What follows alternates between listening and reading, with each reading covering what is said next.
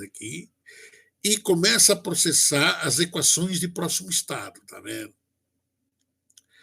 Aí, quando as equações de próximo estado forem ativadas, né, aqui já estava sendo processado. Aí ele vai e memoriza o próximo estado. Então é assim, eu mudo a entrada, né? Eu mudo a entrada, eu estou num estado. Vamos falar que a máquina, o circuito está parado, tanto aqui como aqui. Eu estou aqui, o circuito está parado, está num estado. Eu mudo a entrada, começa a processar o próximo estado. Aí o próximo estado vem aqui e memorizou, estabilizou no próximo estado. Muda novamente a entrada, começa a processar, né? Aí eu processei o próximo estado e aí estabilizo nesse próximo estado. Aqui já não, aqui é concorrência, né? Aqui é concorrência. Eu mudo a entrada, estou no estado, mudo a entrada, começa a processar o próximo estado e começa a processar as novas saídas, entendeu? Tá?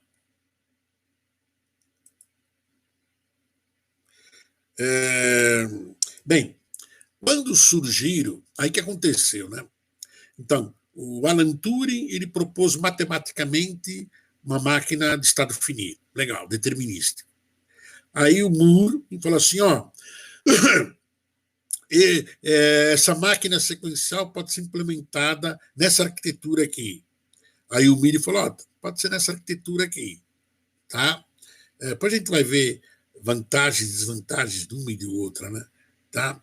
Aí, um cara, em 54, no MIT, ele fez o doutorado dele. O que ele fez? Ele propôs uma metodologia para implementar fisicamente as máquinas de estado finito do Alan Turing nesses modelos. Isso foi o doutorado do Huffman, em 54, no MIT. Entendeu? Então, aí se concretizou aquilo que o Alan Turing, né, tinha criado como modelo matemático. Ó, uma máquina de estado finito, ele consegue implementar um algoritmo. Ele matematicamente ele provou, ele criou até uma máquina virtual, tudo para mostrar, tudo, entendeu? Então, né, a máquina está definido que implementar algoritmo, qualquer algoritmo. Aí, no caso do computador, ele mostra que é uma máquina de estado finito universal. Aí o Alan Turing, o Moore e o Milley falaram assim, ó, essa máquina do Alan Turing, eu estou propondo uma arquitetura para implementá-las, está aqui. Aí o Huffman, doutorado dele em 54, fala assim, ó, eu estou criando um procedimento para implementar fisicamente, quer dizer, com portas, né? Isso aqui, a máquina nessa arquitetura ou nessa arquitetura. Isso foi o doutorado dele de 54. Só que é o seguinte, o doutorado dele de 54, ele propôs as máquinas assíncronas. Só que as máquinas assíncronas tinha muitos problemas de projeto, tudo era uma coisa meio complicada. Aí, quase final dos anos 50, alguém teve a ideia, falou só o seguinte, eu vou fazer o seguinte, eu vou pegar essa realimentação aqui e vou memorizar fisicamente, como através de circuitos denominados flip-flops, que memorizam essas variáveis aqui. Ao memorizar essas variáveis, e ele tem uma variável aqui que habilita a memorização. Agora eu quero armazenar, entendeu? Como se fosse uma variável dizendo, ó, armazena, entendeu? Armazena agora, tá? E aí surgiram as máquinas síncronas, tá vendo? Seja modelo Moore ou modelo Milley, tá vendo? Aí eu tenho um banco de flip-flop, a gente vai ver o que é isso, que são elementos de memória. Cada flip-flop armazena um bit, tá? Então, esse banco de flip-flops é para cada variável de estado, eu tenho um flip-flop. Então, se você olhar aqui, esse banco seria isso aqui, ó. Eu colocaria um banco aqui, ó. Entendeu? É isso, tá? Então tá aqui. Aqui é muro ou milho, né? Tanto faz. E tem o clock, tá vendo? Então, como é que é agora, né? No síncrono, né? Eu mudo a entrada e começa. Aqui é o nome que se usa é lógica de excitação. Por quê? Porque eu tenho diferentes flip-flops, né? Então é por isso que a gente chama de lógica de excitação. Mas é equivalente àquela lógica de próximo estado, né? Eu mudo a entrada, tá? Aí eu gero, eu estou no estado. Então, esse banco de flip-flops está armazenando um estado, tá lá, tá? Aí, tá vendo? O estado aqui está entrando aqui. Aí eu mudo a entrada. Aí vamos falar que é muro, né? Não tem o vermelho. Muda a entrada. Aí começa a processar o próximo estado. Vai. E para aqui. Quando vem o clock, por exemplo, esse símbolo aqui significa borda de subida, né? Lembra que o clock é uma onda quadrada, né? Tá? Então, quando ele vai de 0 para 1, o que ele faz? Ele armazena o conteúdo que está aqui. Aí ele armazenou o próximo estado. Armazenou o próximo estado. E aí, com o próximo estado, a lógica de saída começa a processar e gera nova saída. Entendeu? E quando é milho, não. Quando é milho, é tudo em paralelo, né? Ao mesmo tempo, ele está gerando o próximo estado e, ao mesmo tempo, já está gerando a próxima saída, tá vendo? Tá? Então, as máquinas de estado finito implementadas no estilo síncrono, elas ficaram muito mais fáceis o projeto. Então, se popularizou. Então, os computadores que começaram a aparecer eram computadores com clock, né? Então, ainda hoje, grande parte dos circuitos digitais implementados, seja em chip, né, em VLSI, seja em chips do tipo FPGA, etc., né, ou até na forma discreta, são síncronos. Né? Mas está diminuindo, né? A tendência é os síncronos diminuírem e aumentar os assíncronos. Depois a gente comenta sobre isso. Tá? Bem, tudo bem?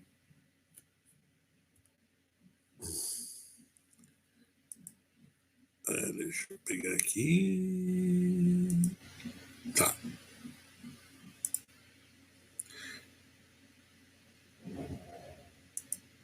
Bem, então agora, lembra, no circuito combinatório, a gente tinha um problema, a primeira etapa que a gente fazia era criar a tabela verdade, que é um tipo de especificação. Na tabela verdade, você está especificando formalmente, ou é uma maneira de escrever formalmente o teu problema.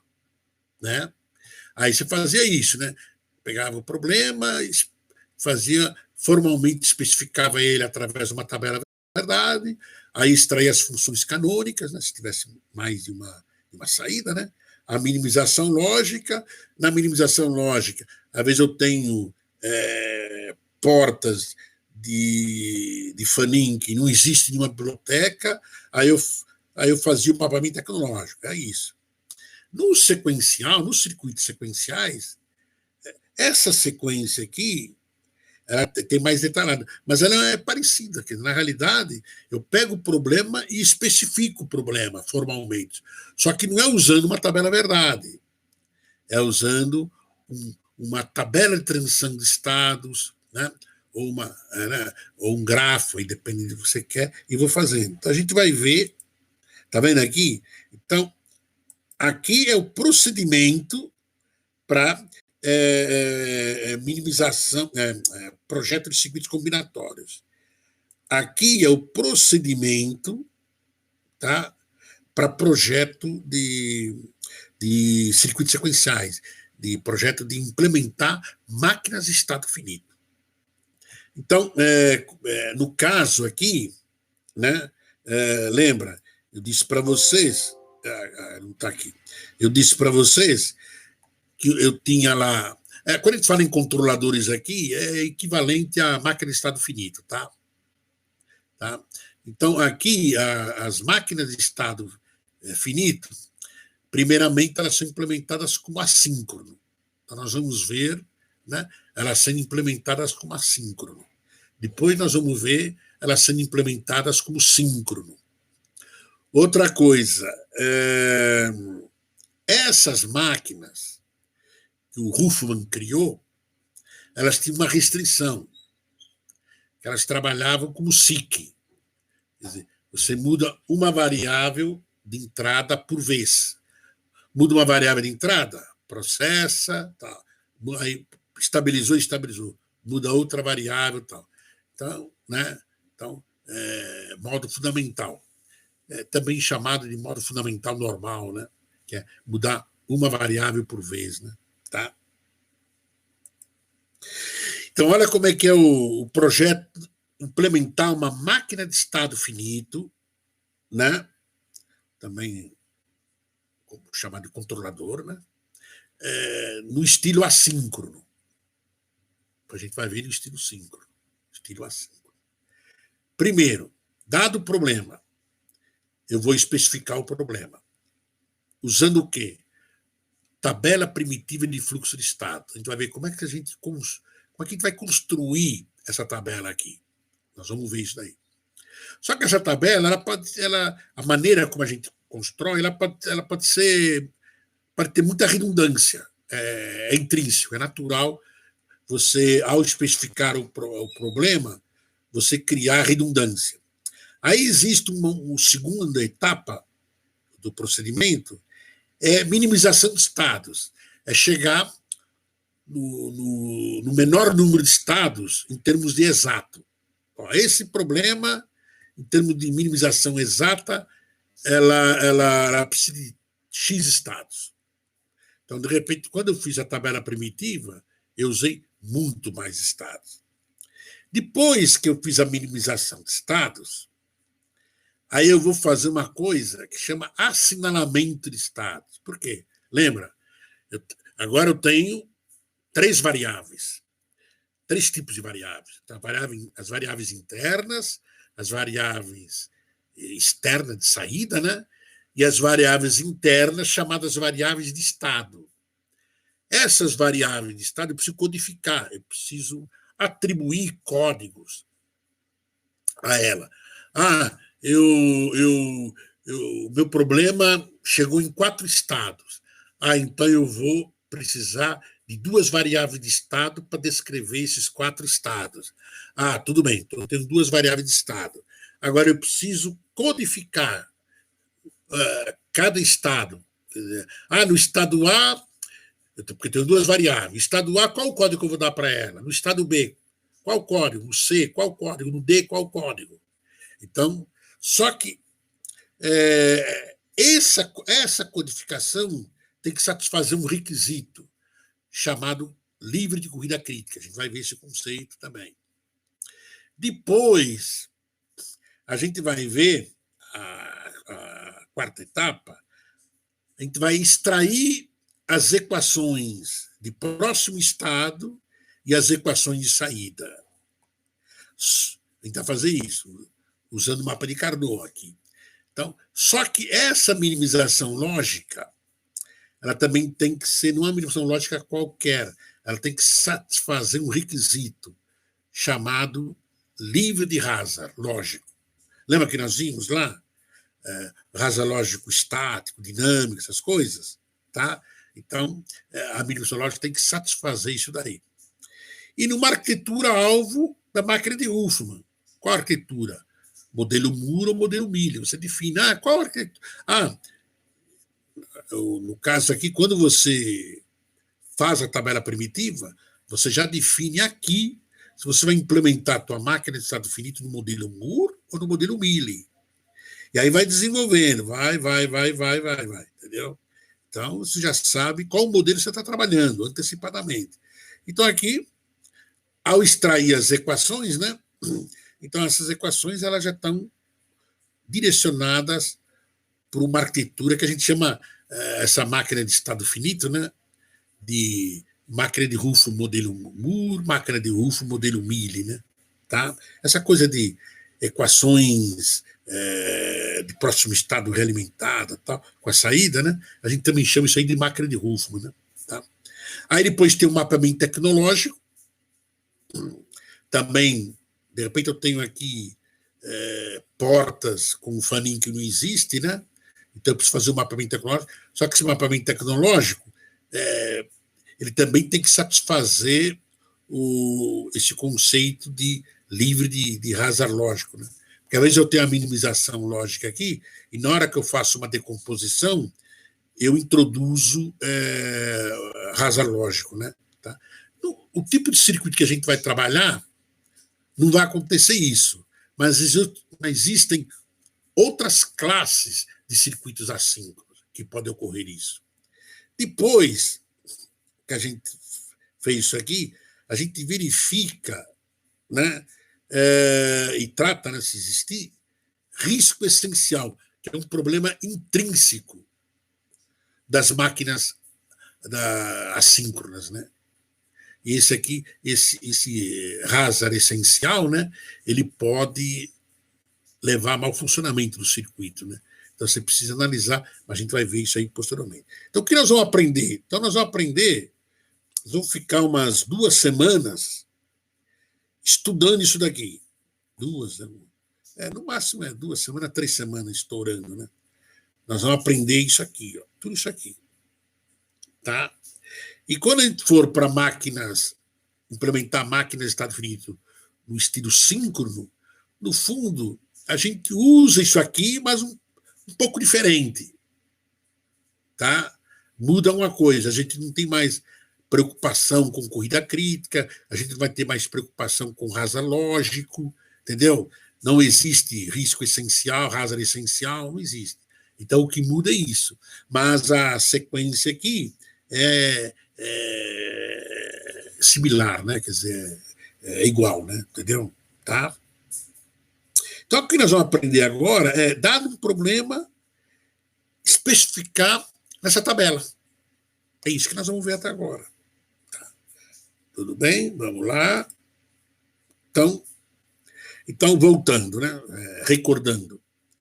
Então, a máquina de Ruffo, modelo Moore. Eu tenho, né, os 2 blocos, o circuito, equações de próximo estado realimentadas, né? Aí eu tenho as saídas que são também equações, funções booleanas, né? Aqui não são realimentadas, normal, né? Aqui é um circuito normal, né? Você entra aqui com um novo valor, gera um novo valor, e assim por diante, tá? E aqui está os sequenciais, né? O modelo Mealy, né? A máquina de Ruffo, né? No modelo Mealy. Tá? Então a gente vai aprender isso, vai aprender a implementar isso daí. Então, vamos aprender agora primeiro passo. Tabela primitiva de fluxo de estados. Tá?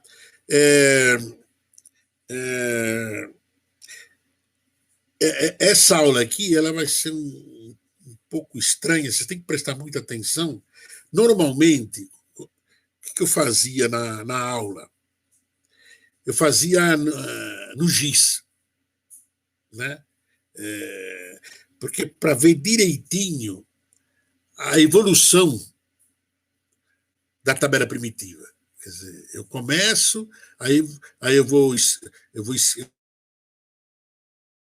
vou preenchendo essa tabela, vou. Tá, aí chegou a hora que eu finalizo.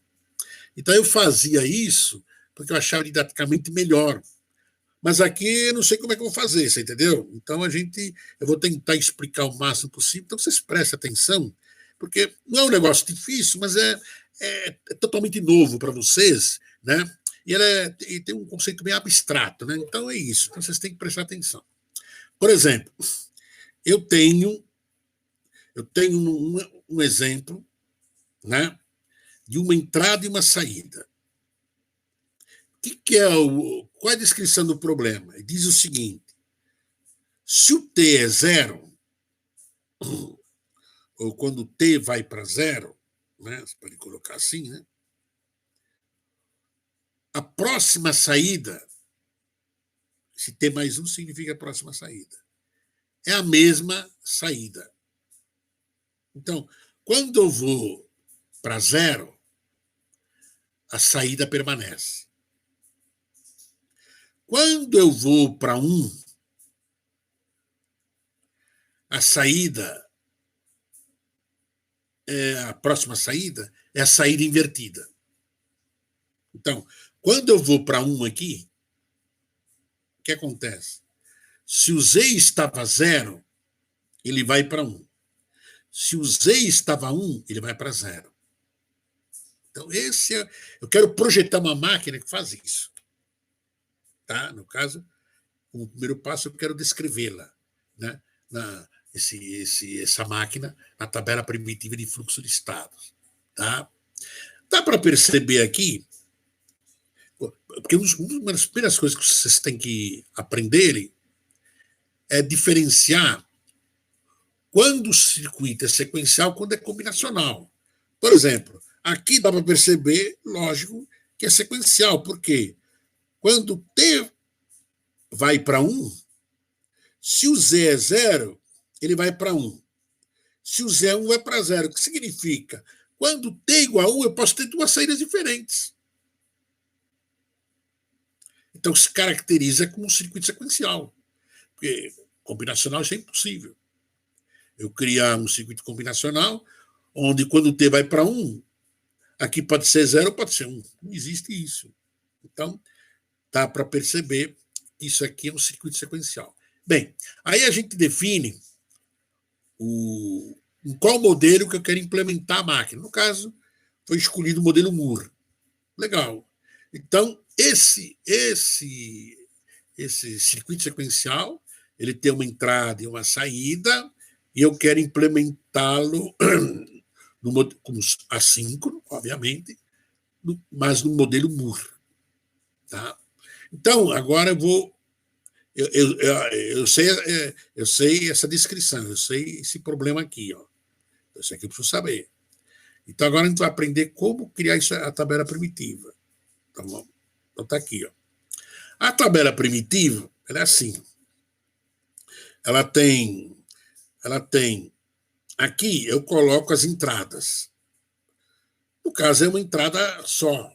Então, se é uma entrada só, eu tenho uma coluna com T é valor 0 e eu tenho uma coluna aqui quando T é valor 1. Por exemplo, se tivesse duas entradas, eu teria aqui 4 colunas. Então, todas as combinações, né? Por exemplo, eu teria, por exemplo, TK. Então, teria 00, 01, 11 e 0. Teria isso, quando eram duas entradas. Tá?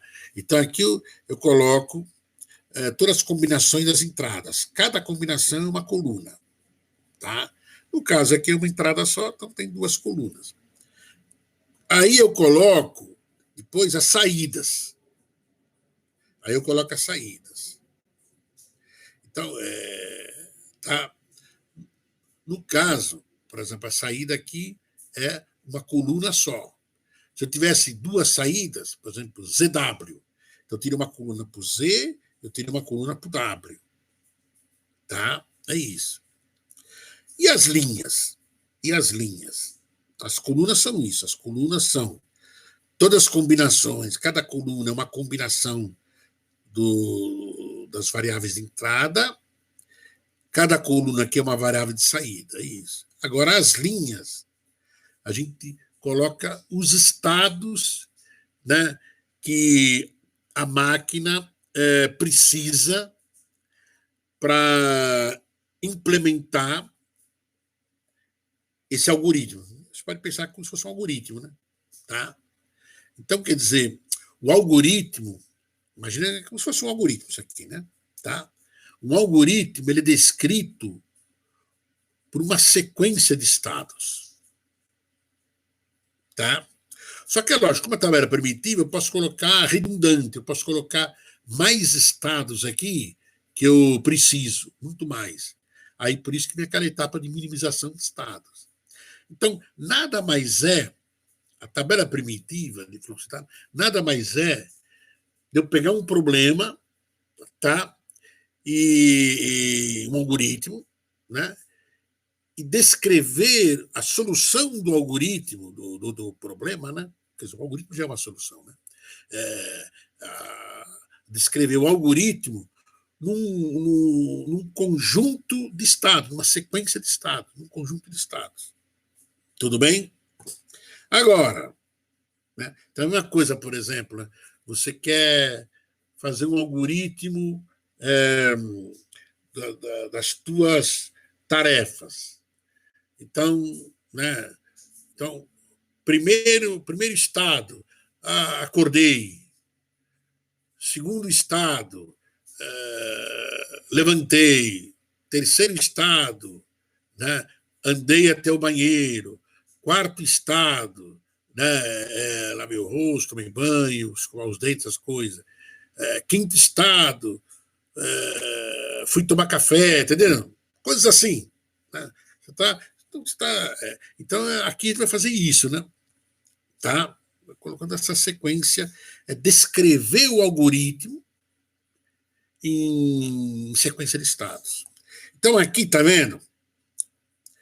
Em termos de estado, nessa coluna aqui, eu vou colocar os estados dessa coluna aqui. E aqui, então, cada estado, no caso o modelo Moore, né? Cada estado está associado à saída. No estado A, a saída será zero. Tá? E aqui dentro, eu coloco o próximo estado. Eu estou aqui, que é assim que funciona. Eu estou aqui. No caso, você vê que existe. Aqui seria o próximo estado. Quando o próximo estado coincide, porque aqui é o estado atual, o estado que a máquina está. E aqui dentro é o estado que eu quero que a máquina vá, que eu coloco aqui dentro. Tá? Então, quando o estado atual coincide com o próximo estado, eu digo que o circuito está parado, está estabilizado. Aí a notação que eu uso, eu coloco o estado circundado, tá vendo? Tá aqui. Então, isso aqui está simbolizando o estado estável. Então, olha como é que é, né? Tá vendo? Olha como é que é. Eu estou aqui. Vou falar que eu inicializei. Toda máquina precisa ser inicializada, né? Eu inicializei aqui. Está parada a máquina. Então, o circuito está parado. Aqui ele está. O T está zero. O Z está zero. Paradinho. E eu estou aqui. E o estado da máquina é o estado A. Lógico, obviamente, no circuito fisicamente falando, esse A tem um código. Vamos falar que eu tenho duas variáveis internas, variáveis de estado. E o A foi associado 00 para ele. Então, né, eu estou aqui, né? Então tem as variáveis internas, está 00, o T está 0, o Z está 0, estou aqui, parado. Aí, vou começar a preencher a tabela. Muda um evento, ocorre um evento. No caso, só tem uma entrada, se T é 0, o único evento que existe é ele ir para 1. Então, tá vendo? O T está indo para 1. T está indo para 1. Aí o que acontece? Eu vou para o estado, toda vez que, quando eu vou construir a tabela primitiva, toda vez que surge um evento, eu estou no estado, eu vou para um outro estado. Esse outro estado, eu vou chamar de B.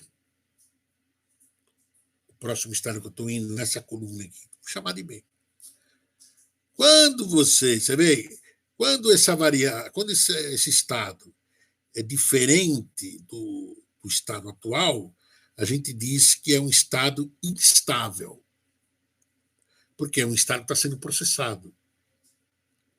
Eu estou processando ele. Tá? Então, o que é processar? A máquina está tendo atividades, né? Tem variáveis que estão indo de 0 para 1, tem variáveis de 1 para 0, ela está processando. Quando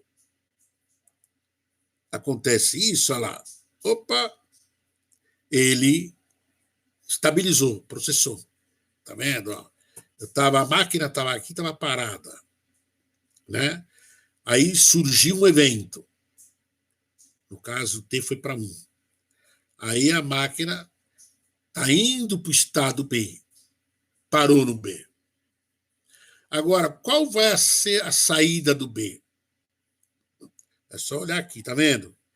Quando T vai para 1, a saída, né? A nova saída, né?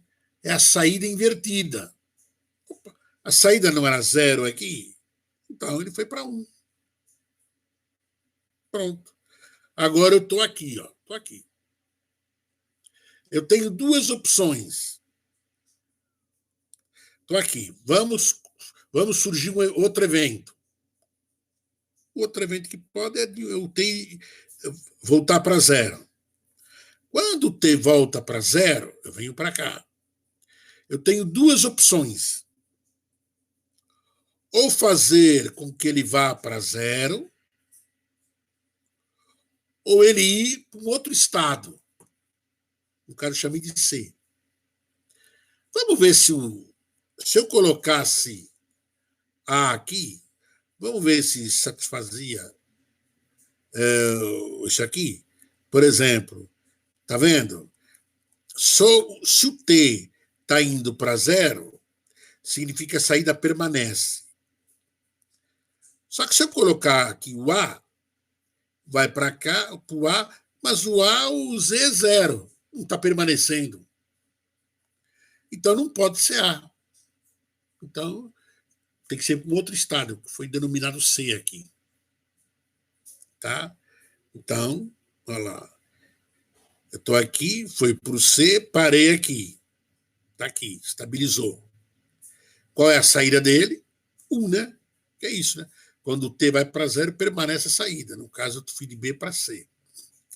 Agora eu estou aqui. Não acabei ainda. Estou aqui.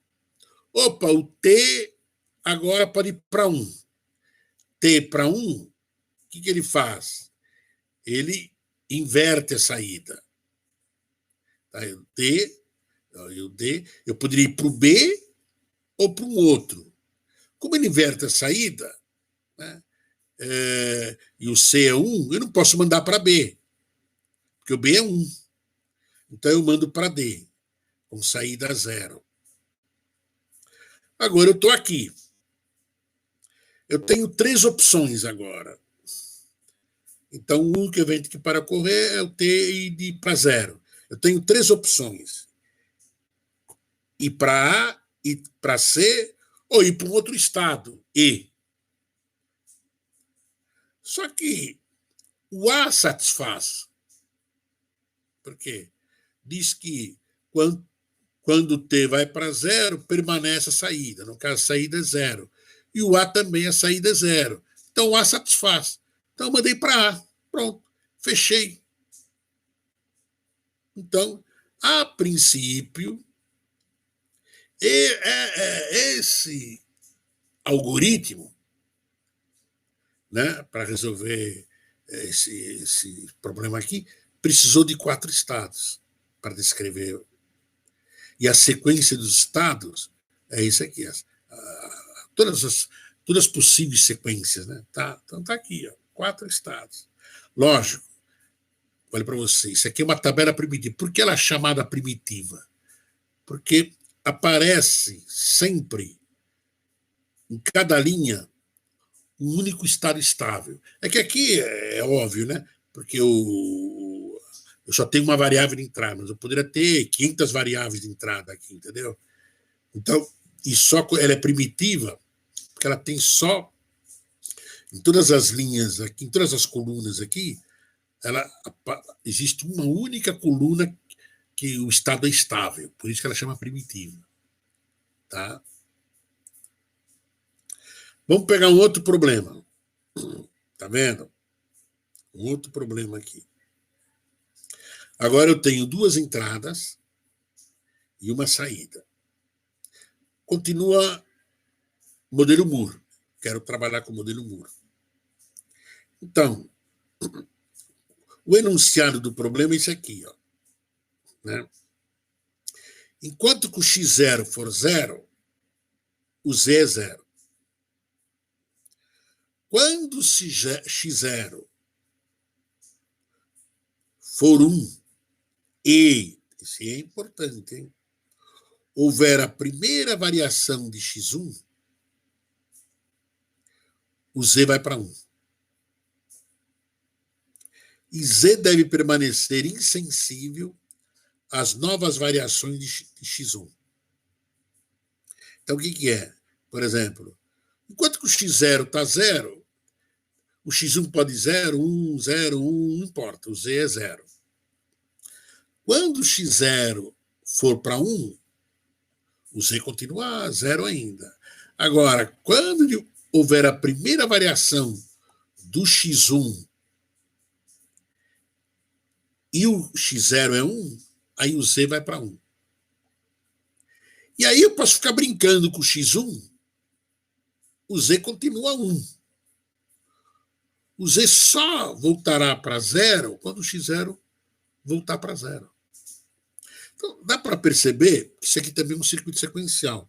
Fica melhor aqui, ó, no diagrama de estado, tá? No diagrama de temporização, tá vendo aqui, ó? Olha lá. Se você pegar, por exemplo, aqui eu tenho o x0 e aqui eu tenho o x1, indo de 0 para 1, tal, tal. Se você pegar aqui, ó, por exemplo, aqui,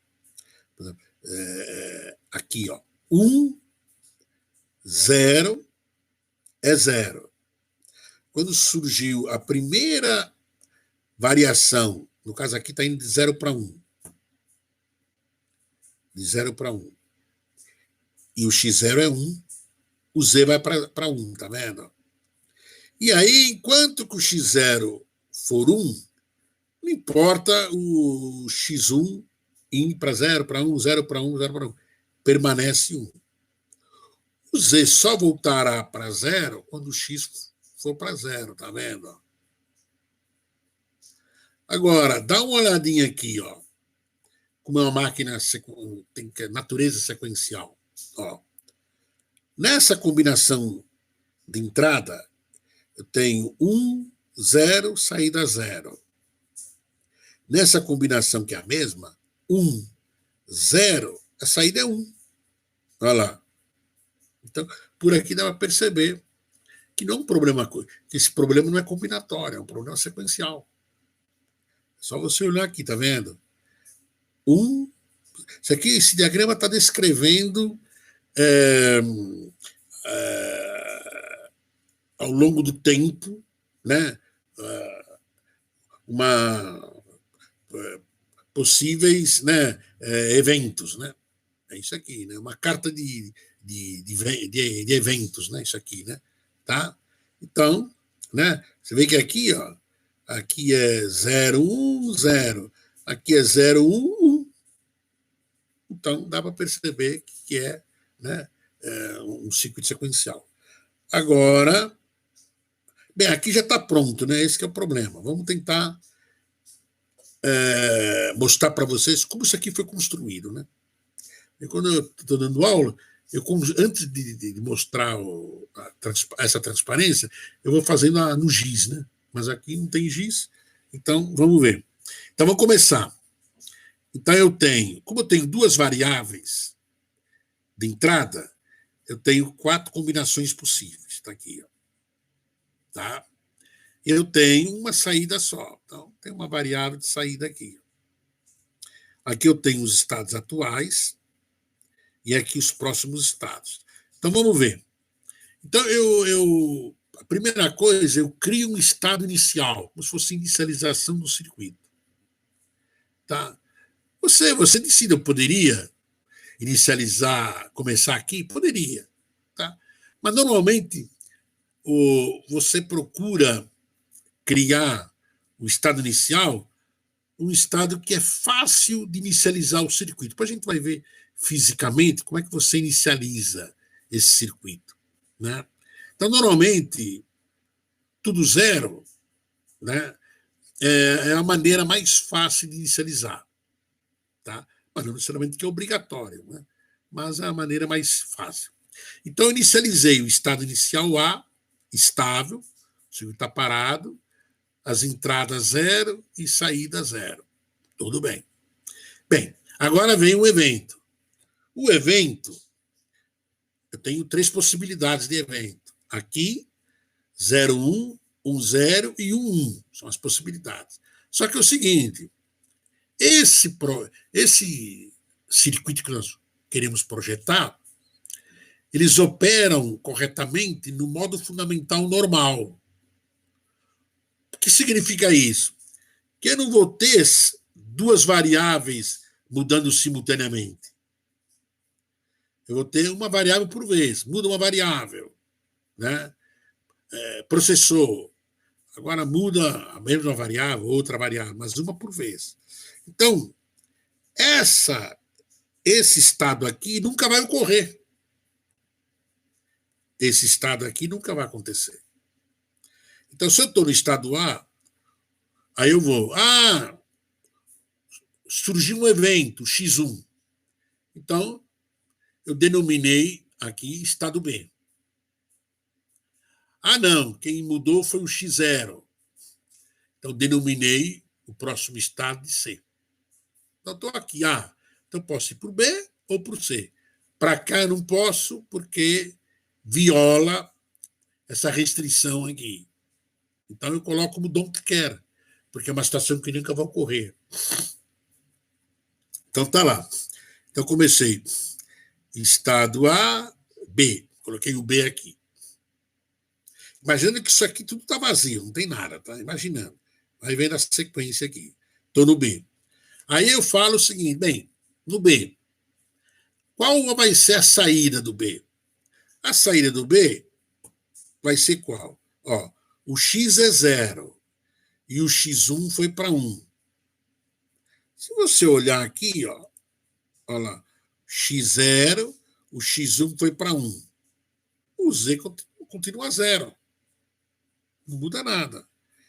Então, Z igual a 0.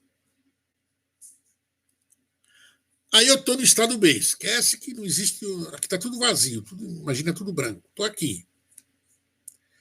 Então, para cá não posso ir, porque viola o modo fundamental. Então, posso vir para cá ou para cá. Para cá não tem nada aqui. Então, eu vou para um outro estado. No caso, eu vou chamar de. Eu estou chamando de BC, eu vou chamar de D. E para cá, ou eu vou para o A, ou eu vou para um estado E. Só que o A me satisfaz, porque o X1 voltou para 0. Olha lá. Estava aqui e voltou para 0. Então, se você olhar aqui, olha lá, o X1 voltou para 0 e o Z continua 0. Então, o A me satisfaz. Então, mandei para A.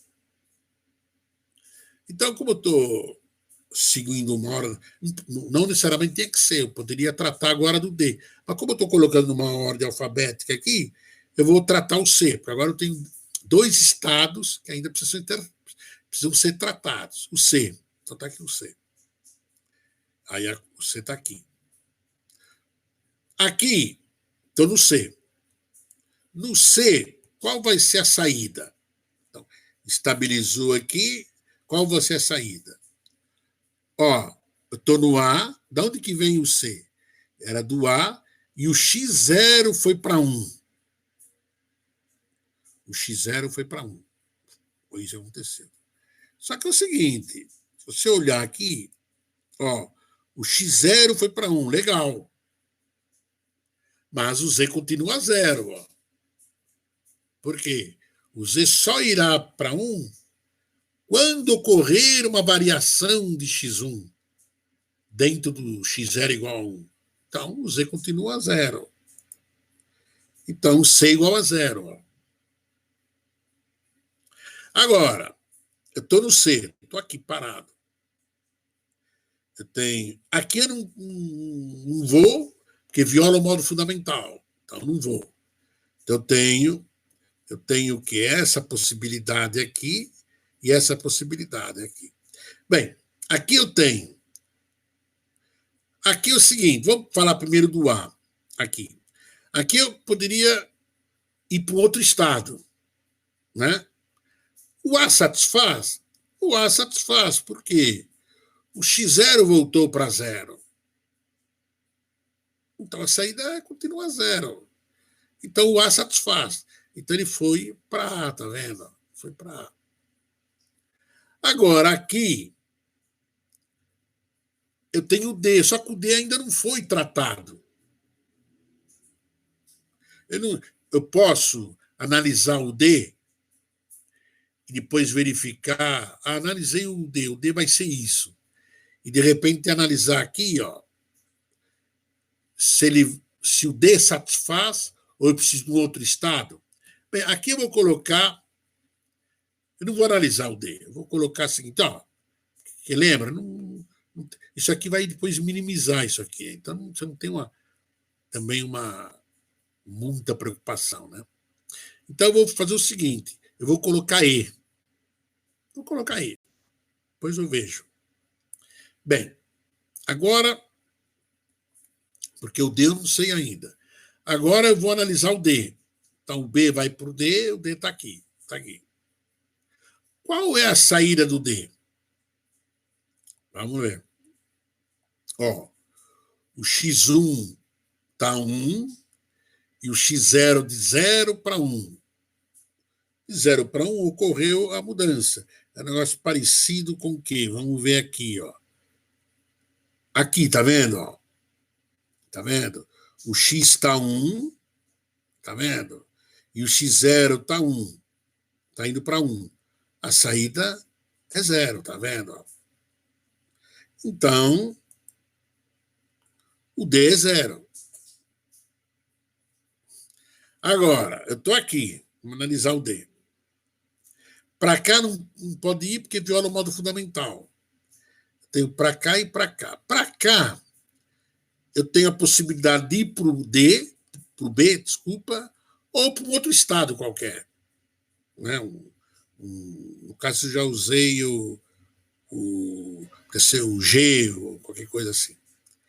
Só que o B satisfaz, por quê? Porque o x0 está voltando para zero. Então o B satisfaz. Então coloquei aqui. Agora, aqui, o D para cá. Eu tenho duas possibilidades. Ou ele vai para o C, ou ele vai para um outro estado. O que acontece aqui? Ó? O que acontece aqui, o D? Olha lá. O x0 foi para 1. E aqui, o x1 está indo de 1 para 0. Então, ocorreu a primeira variação do x1 dentro do x0 igual a 1. Opa! O C não pode, porque o C é 0. E aí a saída vai ser 1. Então, eu mandei para um estado chamado F. Está aqui. Agora, vamos analisar o E. O E está aqui, ó.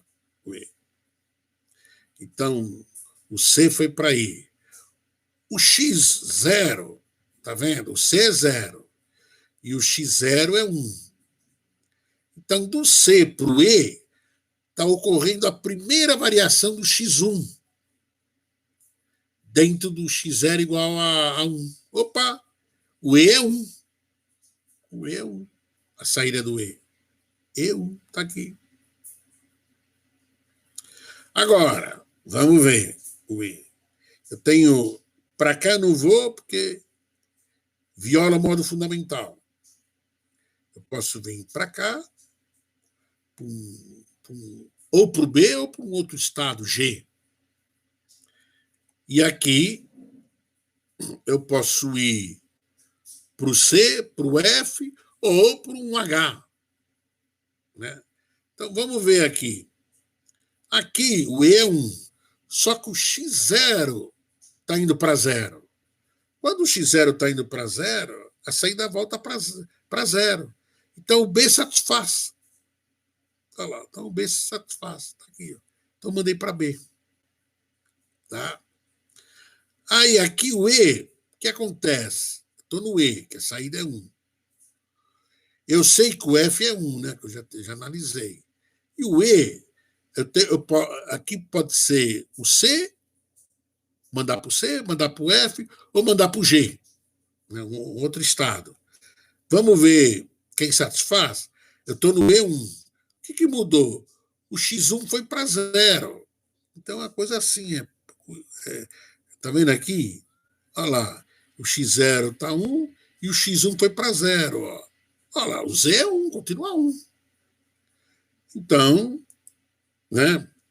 E o F satisfaz. Então, estou mandando para F. Está aqui, tá aqui. Aí eu estou no F. Aqui é don't care, porque viola o conceito de modo fundamental. Então, aqui eu tenho, daqui para essa coluna, eu tenho duas possibilidades. Ir para o A ou ir para o G. Mas aqui, tá vendo? O X0 foi para zero. Opa, X0 para zero, o Z vai para zero. Então, o A satisfaz. Coloquei A. Nessa coluna aqui, né, eu tenho D e E. Ou um G, né, um outro estado. Né, um D. Vamos ver o que acontece. O F é 1. O que mudou? O X1 foi para 1. O X1 foi para 1. Olha lá. Olha lá. X1. Opa. X1 foi para 1. O Z continua 1. Então, tá vendo? Pode ser o próprio E, né? Pronto, fechei. Então, eu consegui descrever essa especificação aqui numa tabela primitiva de 6 estados. Primitiva por quê? Tá vendo? Eu tenho 4 colunas aqui, ó.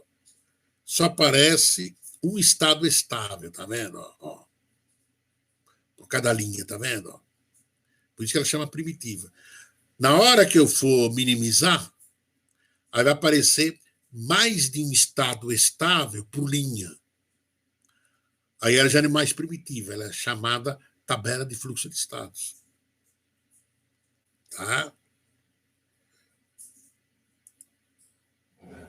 Um exemplo 3. Agora é modelo Mille.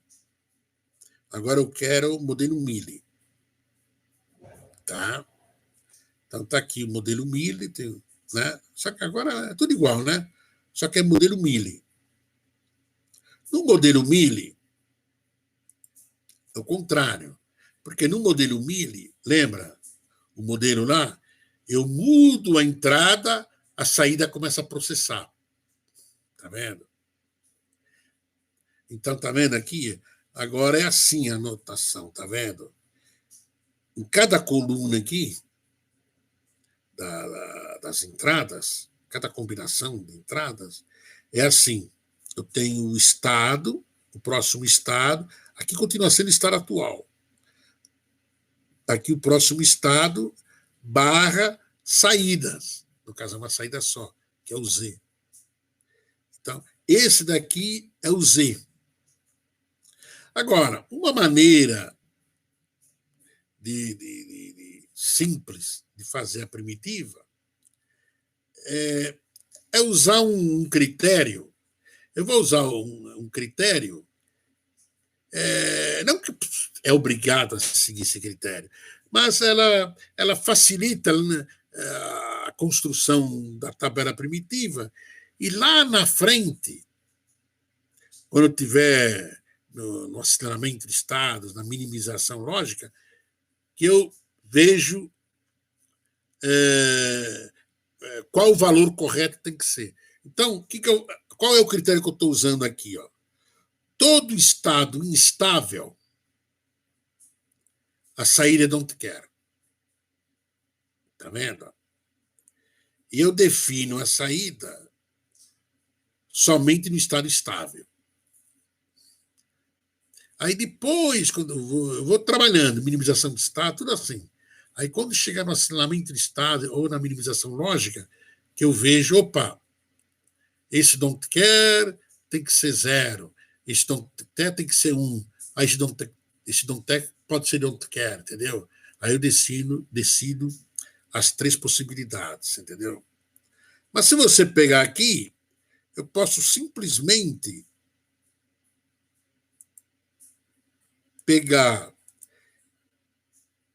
esse aqui e transportar. Pegar esse 0 aqui, ó, transportar para cá é don't care, para cá é don't care. Esse 0 aqui, passar para cá. Esse 0 aqui, passar para cá. Esse 0 passar para cá. Esse 1 passar para cá. E esse 1 passar para cá. E o resto, tudo don't care. Pode fazer isso daí, dessa maneira. Lógico, você pode construir? Pode. Mas você pode fazer isso daí. Uma Moore e virar Mealy. Lógico, a gente vai ver que a Mealy ela pode precisar de menos estados. Mas na hora de minimizar, aí pode os estados ou vão diminuir em relação ao Moore, ou vão permanecer com o mesmo número de estados da Moore. Né? Porque assim, ela tem potencial de ter menos estados, mas não significa que sempre terá menos estados. Né? Tá? Então é isso, tá vendo? Olha lá. Eu construí assim, tá vendo? Esse 0 daqui eu passei para cá. Tá? Mas o mesmo raciocínio de construir. Você coloca estado A. Qual vai ser a saída do estado A? 0. Coloquei aqui. Aí eu vou ou para B ou para C. Don't care. Tá aqui. Aí no B. No B, qual vai ser o estado? Qual vai ser a saída? Opa, o X1 foi para 1 e o X0 permaneceu 0. Não, a saída continua 0. Então, coloquei 0 aqui. Quer dizer, eu só estou preenchendo as saídas nos estados estáveis. Que eu analiso isso daqui e jogo aqui, tá? Então ficou assim, né? Tá? Um quarto exemplo. Um flip-flop chamado flip-flop T. Tá? Flip-flop, o que é? É um elemento, um elemento de memória, de um bit, tá? Então, oficialmente, o flip-flop é um biestável, quer dizer, ele pode ter 2 estados, 0 1, entendeu? E ele tem o clock. Esse flip-flop, como é que é? Por exemplo, quando o clock vai de 0, isso aqui significa o clock indo de 0 para 1. Esse é o símbolo de 0 para 1. Se o T é 0, permanece a saída. Se vem o clock e o T é 1, inverte a saída, tá vendo? E o clock é isso aqui, tá vendo? Isso aqui, ó, aqui tem onda quadrada e aqui é a borda de subida, tá vendo? A borda de subida, onde o flip-flop atua, tá? Então, normalmente, flip-flop, né, você descreve ele no modelo Moore. Tá? Normalmente você faz isso. Então, olha aqui, ó, como é que fica. Então, se você olhar, eu tenho 2 variáveis de entrada, eu coloco o T. Tá aqui, eu coloco o T, 2 variáveis de entrada. Então, você quer tabela de operações, tá vendo? Quando o X é 0 ou 1, não importa o valor de T. Olha como é que funciona. Quando o X, o clock aqui está no 0, está no 1, não importa o valor de T. A próxima saída permanece. Tá vendo? Quando o clock ele vai de 0 para 1, se o T for 0, a próxima saída permanecerá. Se o T for 1, quando vem o clock, a próxima saída será a saída invertida. Esse flop também é chamado de toggle, né? Tá? Então, aqui tem a tabela primitiva dele. Eu tenho duas variáveis de entrada, 4 combinações, e eu tenho a saída. Essa saída aqui, ela, como é complemento, ela não entra como se fosse uma segunda saída, tá? Então, eu tenho uma saída só, que está aqui. Então, por exemplo, eu estou no A, estou aqui. Como eu estou trabalhando no modo fundamental, eu nunca vou para cá. Então, eu posso ir, aí eu defino A, condição inicial, estado A, 00, saída 0. Está aqui, condição inicial. Aí eu posso ir para B ou para C. Aqui é quando o T muda. E aqui quando o clock vai de 0 para 1. Quando o T muda, não importa ficar brincando, o clock é 0. Se eu ficar brincando com o T aqui, a saída permanece.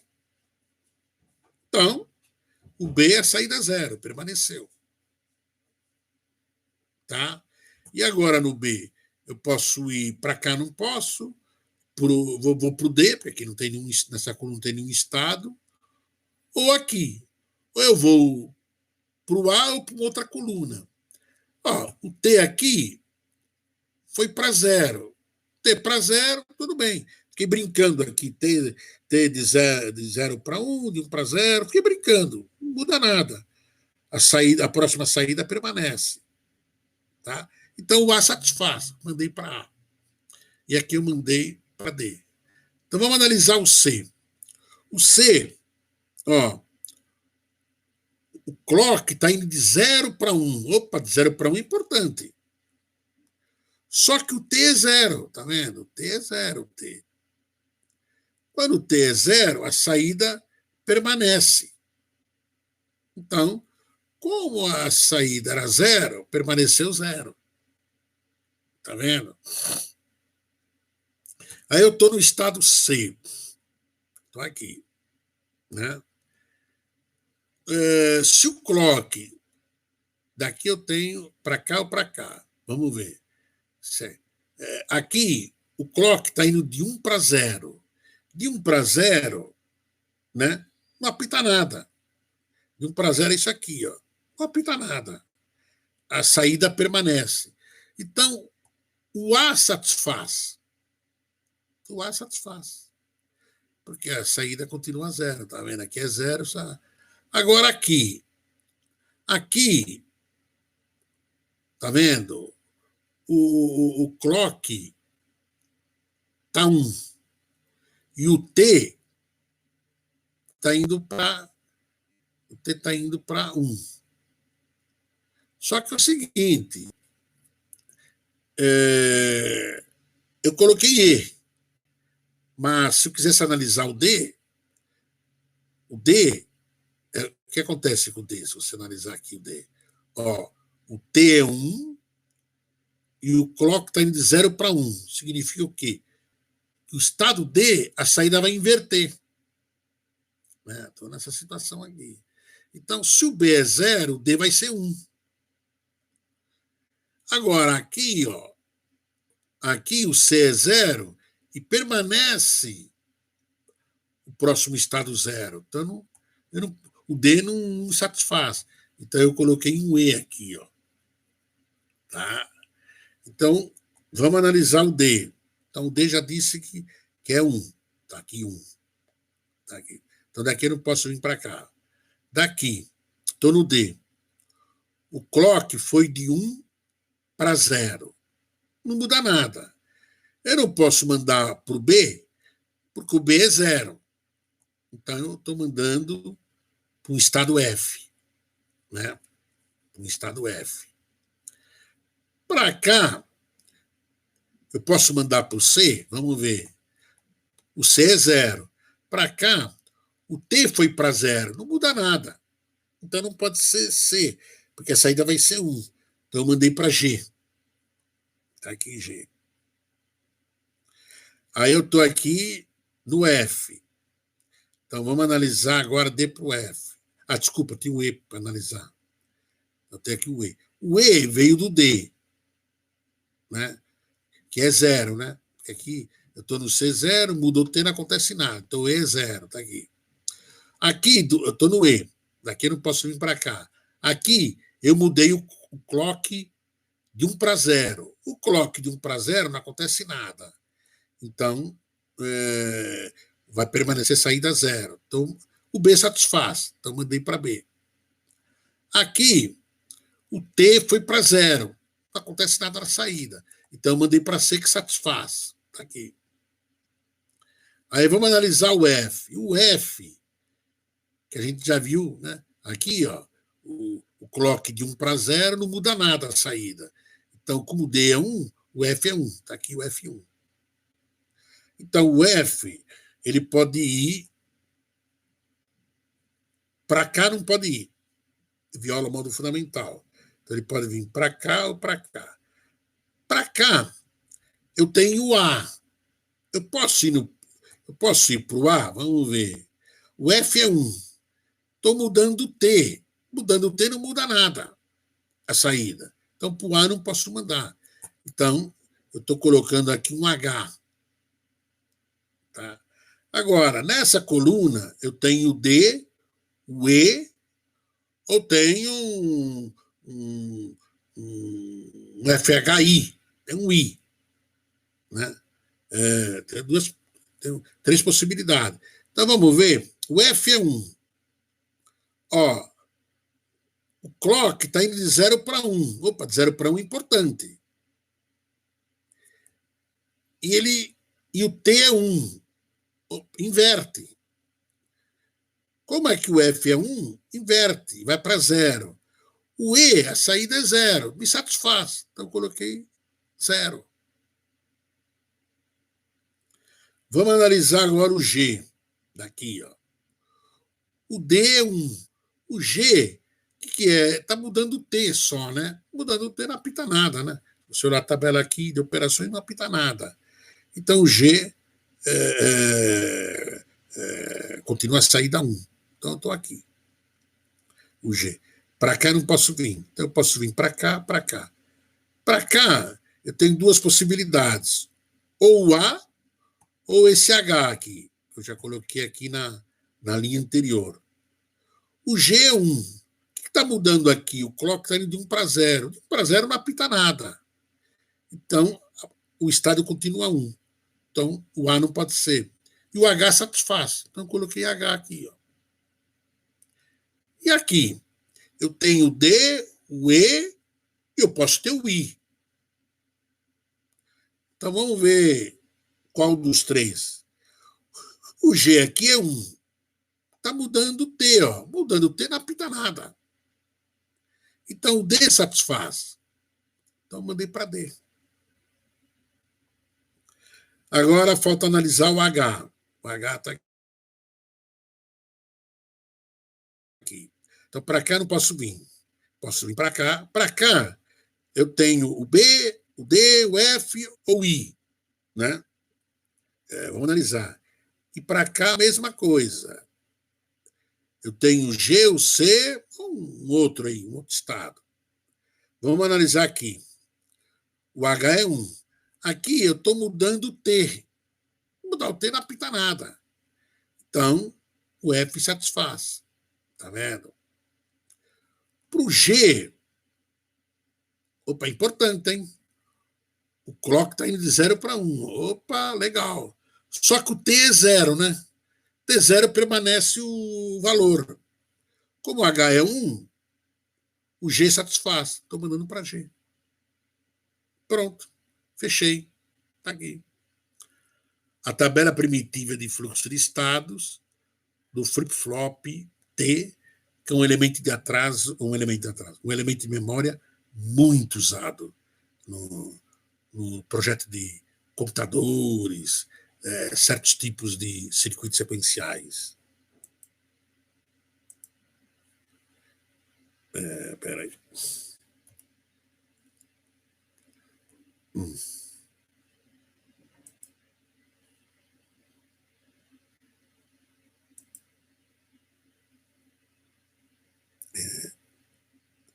um pouquinho.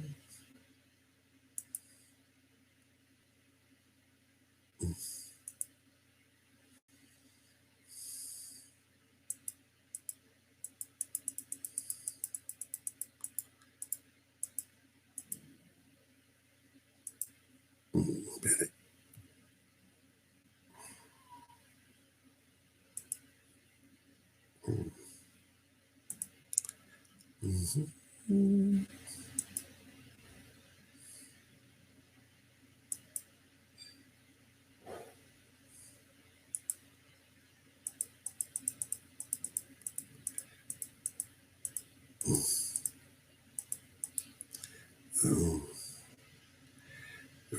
Espera só um pouquinho.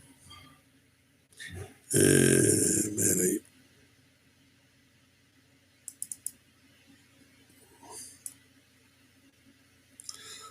O que nós vamos ver? Cadê? Onde é que está? Cadê? Espera um pouquinho. Aqui.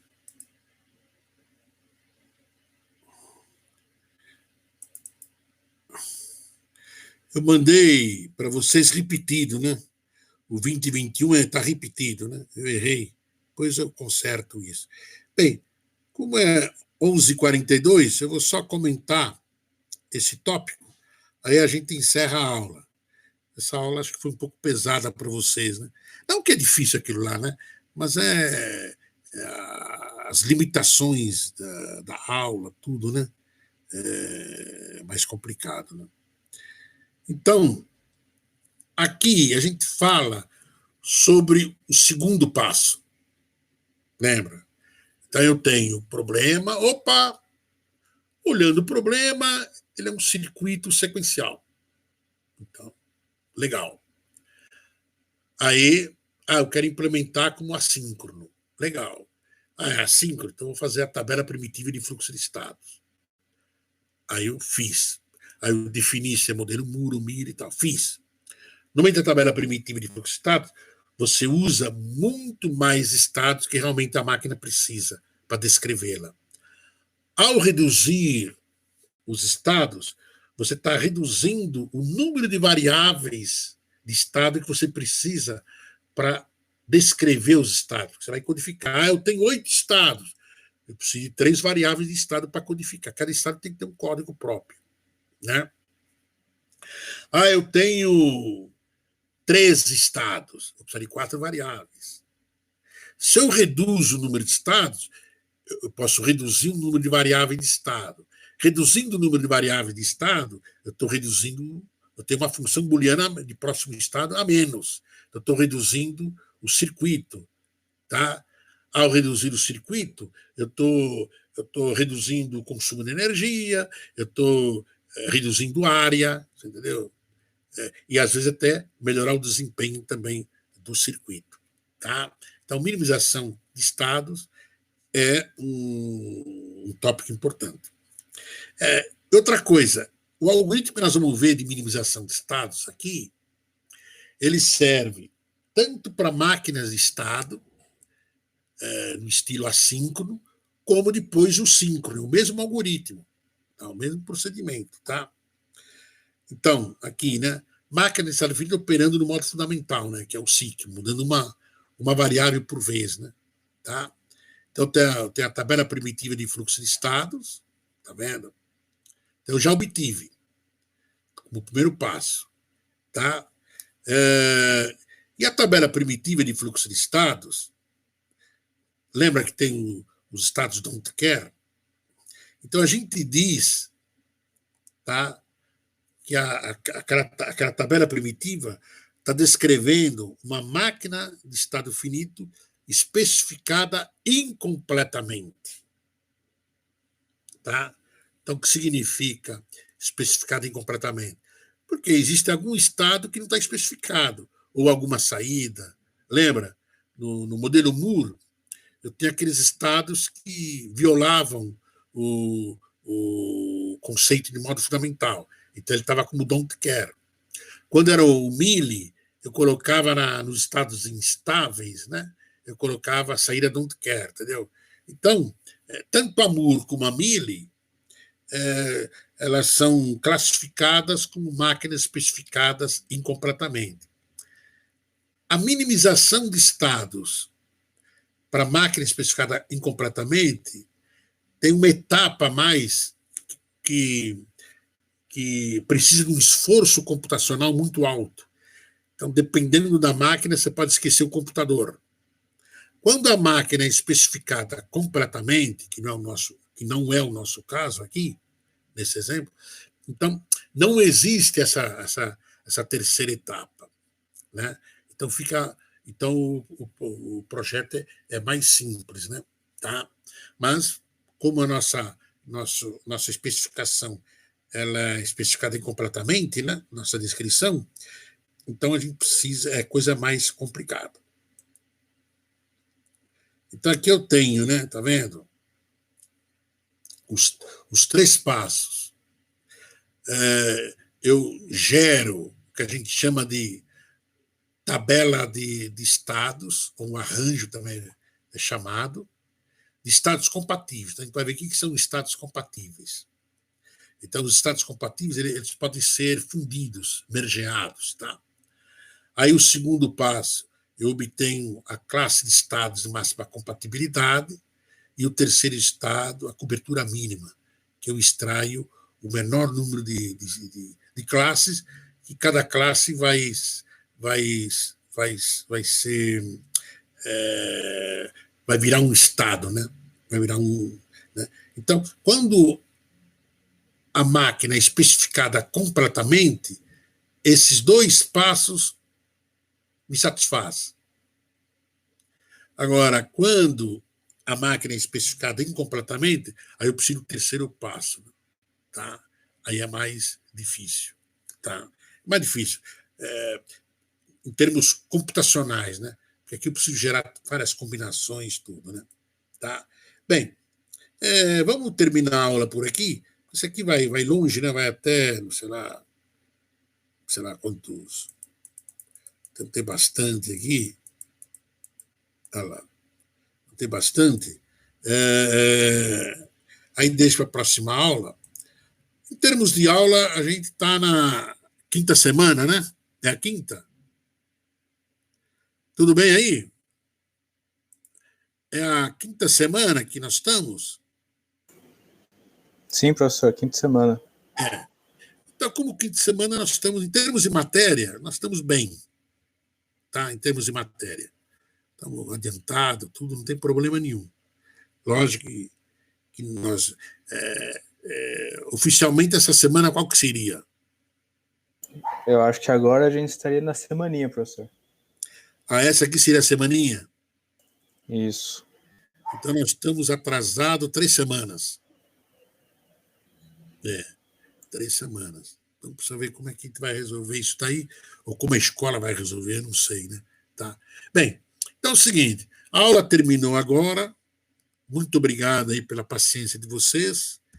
Um bom fim de semana. Eu vou ver se essa semana aqui eu corrijo a prova, depois eu passo para vocês as notas e vou ver se eu faço uma correção na prova e mostro para vocês, para vocês verem como é que foi a prova, tudo. Né? Tá joia? Tudo bem? O que a gente pode fazer também, caso depois alguém queira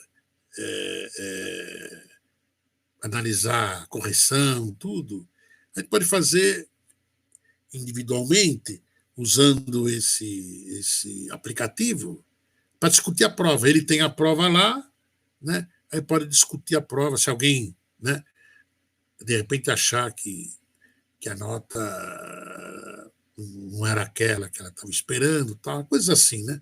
A gente pode também fazer usando esse próprio aplicativo. Né? Tá joia? Tudo bem? Tudo bem, professor. Então, bom fim de semana para vocês.